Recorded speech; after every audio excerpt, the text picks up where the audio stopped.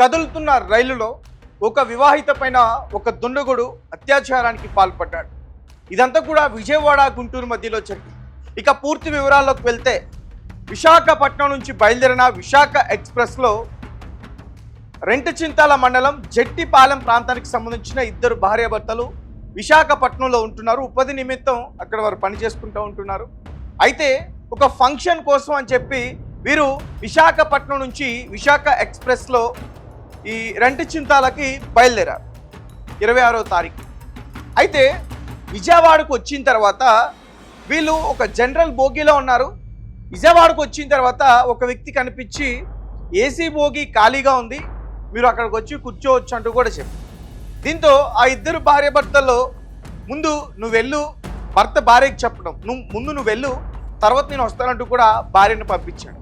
ఆ ఏసీ క్యాబిన్లోకి ఆ వ్యక్తి ఆ మహిళను తీసుకెళ్ళిన తర్వాత క్యాబిన్ యొక్క డోర్ క్లోజ్ చేశాడు. అది H1 క్యాబిన్, ఏసీ క్యాబిన్ అది. సో డోర్ క్లోజ్ చేసి ఆమె పైన అత్యాచారానికి పాల్పడ్డాడు. అయితే ఆ మహిళ భయంతో ఆ విషయాన్ని వెంటనే భర్తకి చెప్పలేకపోయింది. ఇక భర్త కూడా లోపల ఏం జరుగుతుందో కూడా అతను కూడా తెలుసుకోలేకపోయాడు. ఎందుకంటే ఆ డోర్ క్లోజ్ చేసి ఉండడం వల్ల అతను మాత్రం ఆ జనరల్ బోగి వాష్రూమ్స్ ఎక్కడైతే ఉంటాయో అక్కడ కూర్చుని ఉన్నాడు. తర్వాత ఎక్కడికైతే వారు చేరుకున్నారో నడికుడి ప్రాంతంలో దిగిన తర్వాత అప్పుడు కూడా ఆమె విషయాన్ని భర్తకి క్లియర్గా చెప్పలేకపోయింది.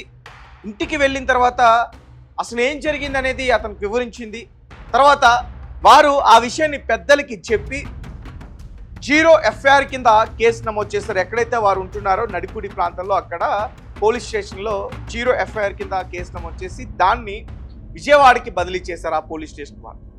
సో ఇదంతా కూడా విజయవాడ గుంటూరు మధ్యలో జరిగింది. ఆ వ్యక్తి ఎవరో కాదు, అదే బోగీలో ఒక బాయ్గా పనిచేస్తున్న వ్యక్తి. అతని పేరు సౌరవ్ బాగ్తి, ఒడిశా ప్రాంతానికి సంబంధించిన వ్యక్తి. మాయ మాటలు చెప్పి ఏసీ బోగీలోకి ఆ మహిళను తీసుకెళ్ళి తనపైన అత్యాచారానికి పాల్పడ్డాడు. అయితే బాధితురాలికి సంబంధించిన భర్త ప్రస్తుతం మనతో మాట్లాడడానికి సిద్ధంగా ఉన్నారు. ఒకసారి క్లియర్గా తెలుసుకునేందుకు ప్రయత్నిద్దాం అసలు ఏం జరిగింది ఏంటి అనేది. బెజవాడ ముత్తయ్య ఆయన ఇప్పుడు మనతో పాటు మాట్లాడతారు. నమస్తే అండి. సార్ నమస్తే సార్. సార్ అసలు ఏం జరిగిందంటే మీ గురించి బయట కొన్ని వార్తలు వస్తూ ఉన్నాయి. మీ భార్యాభర్తలు ఇద్దరు కూడా విశాఖపట్నం నుంచి వస్తున్నప్పుడు రైలు మధ్యలో ఒక విషయం జరిగింది అని చెప్పి. ఏం జరిగింది సార్ అసలు? అదే మేము విశాఖపట్నం నుంచి వస్తున్నాం సార్. ఓకే. వస్తుంటే ఇలాగా ఆ ట్రైన్లో సీట్ చూపిస్తానని చూపించి సీటు ఖాళీగా ఉంది, ఒక సీటు మీరు మా ఆవిడ బాత్రూమ్ దాకా కూర్చుంది. మా ఆవిడ నేను సీట్ ఖాళీ లేక. ఓకే, అంటే మీరు జనరల్ బోగి దగ్గర కూర్చుని ఉన్నారు ఇద్దరు? జనరల్ బోగి దగ్గర కూర్చొని ఉన్నాం. మా ముందు ఏసీ బోగి అది. ఓకే. జనరల్ కి మామూలు ఏసీకి ఒక చిన్న డోర్ లాగా ఉంది, డోర్. ఓకే. అక్కడ మేము బాత్రూమ్స్ ఉంటే అక్కడ కూర్చున్నాం సార్. దాకా అక్కడ కూర్చుంటే దాంట్లో ఏసీ బోగిలో కోచ్లో ఉన్నటువంటి ఒక వ్యక్తి ఇలాగా నా దగ్గరకు వచ్చాడు సార్. నా దగ్గరకు వచ్చి కొంచెం మామూలుగా మాట్లాడాడు బాగా. అది హిందీలో మాట్లాడుతున్నాడు అతను. నేను దీనికి ఇన్ఛార్జిని, కోచ్ని ఈ కోచ్ కి ఇన్ఛార్జిని నేను అని చెప్పేసి అన్నాడు సార్. ఇంకా నేను సరేలే అని చెప్పేసి ఇంక నేనేం మాట్లాడలేదు. ఇంకా దగ్గర విజయవాడ వస్తున్నానంగా ఇక్కడ కైకలూరు దాటిన తర్వాత అతను అన్నాడు, మీ ఆవిడ పాపం బాత్రూమ్ దగ్గర కూర్చుంది కదా, అక్కడ సీట్ ఖాళీగా ఉన్నది, అక్కడ కూర్చోబెడతాను అని చెప్పేసి అన్నాడు సార్. ఓకే. అంటే ఇంకా నేను అన్నాను, ఇక్కడ ఇంక ఇబ్బంది పడి కూర్చోవటం ఎందుకు, అందులో స్మెల్ వస్తుంది, గ్యాస్ స్మెల్. అవును. వద్దులే, నువ్వు అక్కడ కూర్చో, నేను ఇక్కడ లగేజ్ అది ఉంది కదా, ఇక్కడ నేను ఉంటానులే, అక్కడ సీట్ ఉందంట, వెళ్ళి కూర్చో అని చెప్పేసి పంపాను సార్. పంపనే. ఓకే. అంటే నేను అనుకున్నాను ఏసీ బోగి అంటే ఉంటారు కదా జనాలు, ఉంటారు కదా ఏసీ బోగిలో చాలా మంది ఉంటారు. అవును ఉంటారు, నేను అలాగే అనుకున్నాను. కానీ అది దాని అలా లేదు. ఎలాగంటే ఒక మామూలుగా ఇంకా అవతల మనిషి లోపల ఉన్న మనిషి బయటికి కనిపించరు. ఓకే, అదంటే ఒక కూఫన్ లాంటిది అది. అలా అలా ఉన్నారు మనుషులు ఉన్నారు, లోపల ఉన్నారు. అది లాక్ వేసి ఉన్నాయి. ఓకే. అందరు పడుకొని ఉన్నారు. అది ఎక్కువ కూడా లేవు సార్. అది 3 బెడ్లు 4 బెడ్లు ఉన్నాయి అంతే. ఓకే. అలాగే రూమ్ లాగా ఉండి మొత్తం లాక్ వేసి ఉన్నాయి అన్ని. ఓకే. అయితే నేను 10 నిమిషాలు ఆగిన తర్వాత ఎక్కడ కూర్చుందా మా ఆవిడ అనేది చూద్దామని వెళ్ళాను సార్ నేను. ఓకే. వెళ్తే ఎక్కడా కనిపించట్లేదు. తర్వాత మళ్ళీ వెనక్కి వెళ్ళాను. ఈ లోపల ఆడు డోర్ వేసి నాకు ఎదురుకు వచ్చాడు. ఓకే. నేను అన్నాను మా ఆవిడ ఎక్కడ ఉందంటే, మీ ఆవిడ అక్కడ ముందు కూర్చుందిలే అని చెప్పేసి అన్నాడు సార్. ఓకే. ముందు కూర్చుందా అంటే ఎక్కడ చూపిద్దురా అన్నాను. అక్కడ తీసి ఉన్నాడు అని చెప్పేసి మళ్ళీ వెనక్కి వచ్చాడు సార్. వాడు వెనకాల నేను వచ్చేసాను. ఓకే. ఇంకా ఎంతప్పటికి చూపించుకోతుంటే ఎక్కడ ఉందని అడగంగా తీసుకెళ్ళేసి అక్కడ ఒక రూమ్ ఉంది సార్. అది వాళ్ళకి ప్రొవైడ్ చేస్తున్నట్టుంది ఆ రూమ్. ఆ రూమ్ లో ఉంచాడు సార్. తమని డోర్ లాక్ చేసాడు సార్. ఓకే. నేను వెళ్ళిన తర్వాత డోర్ తీస్తాడు సార్. ఇంకా ఆ అమ్మాయి భయంతో ఇంకా ఏం చెప్పాలో తెలవక టెన్షన్ పడుతూ భయపడుతూ ఏడుపు మొహం పెట్టుకుని ఉంది.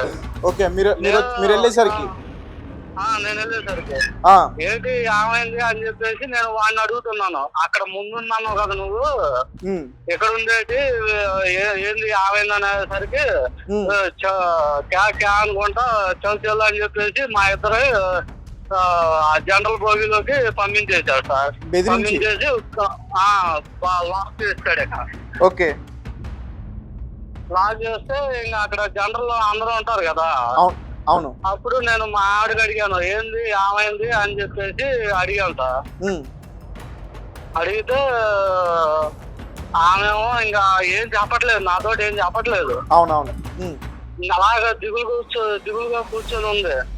ఇంకా తర్వాత ఇంటికి వెళ్ళిపోయిన తర్వాత అన్నం తినట్లేదు. అన్నం తినకుండా ఇంకా అలా బాధపడతా ఉంటే ఇంకా నేను అప్పుడు గట్టిగా అడిగాను ఏంది అన్నం తినట్లేదు దిగులు కొన్నావు ఏమైంది ఏంది అని చెప్పేసి అడిగేసరికి ఇలాగా అక్కడ ట్రైన్ లో రూమ్ చూపిస్తున్నా అన్న వ్యక్తి నన్ను తీసుకెళ్లి లోపల తీసుకెళ్లేసి బలాత్కారం చేశాడు అని చెప్పాడు సార్. ఇంకా నాకు ఏంది అలా తెలవక మరి అక్కడే చెబితే నేను అక్కడ పోలీసు వాళ్ళు చెప్పుకున్నా కదా. అవును. అక్కడే విషయం తెలుస్తుంటే రైల్వే పోలీసులు వెంటనే అతన్ని అదుపులోకి తీసుకునేవారు.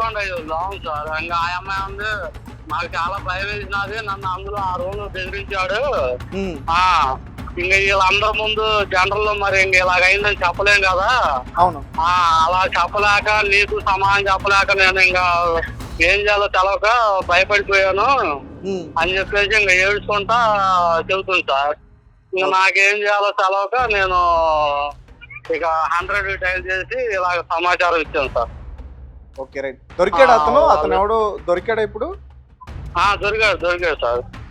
సో గైస్ చూసారు కదా, ఆ మహిళను బెదిరించి, అంటే ఈ రైల్వే దాంట్లో పనిచేసే వాళ్ళకి స్పెషల్గా కొన్ని క్యాబిన్స్లా ఉంటాయి, స్పెషల్ కోచెస్ ఉంటాయి వారికి వేరేగా.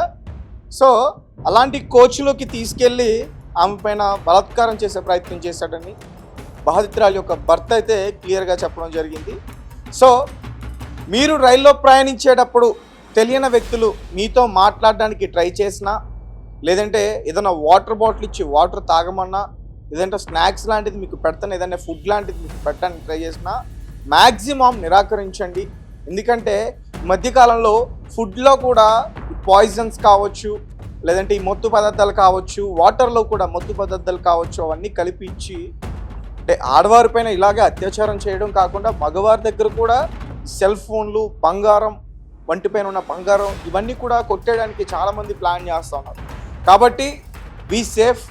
ప్రయాణం చేసేటప్పుడు ఈ రైళ్లలో జాగ్రత్త పాటించండి. 1కి 10 సార్లు ఆలోచించి ఇతరులతో మాట్లాడే ప్రయత్నం చేయండి.